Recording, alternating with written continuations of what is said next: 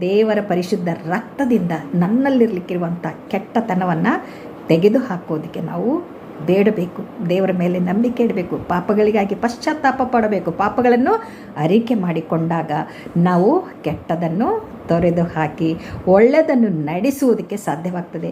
ಒಳ್ಳೆಯದು ನಡೆಸುವುದಕ್ಕೆ ನನ್ನಿಂದ ಸಾಧ್ಯವಾಗದೇ ಇರುವಾಗ ಪರಿಶುದ್ಧಾತ್ಮನು ನನ್ನನ್ನು ನಡೆಸುವ ಆತನಾಗಿದ್ದಾನೆ.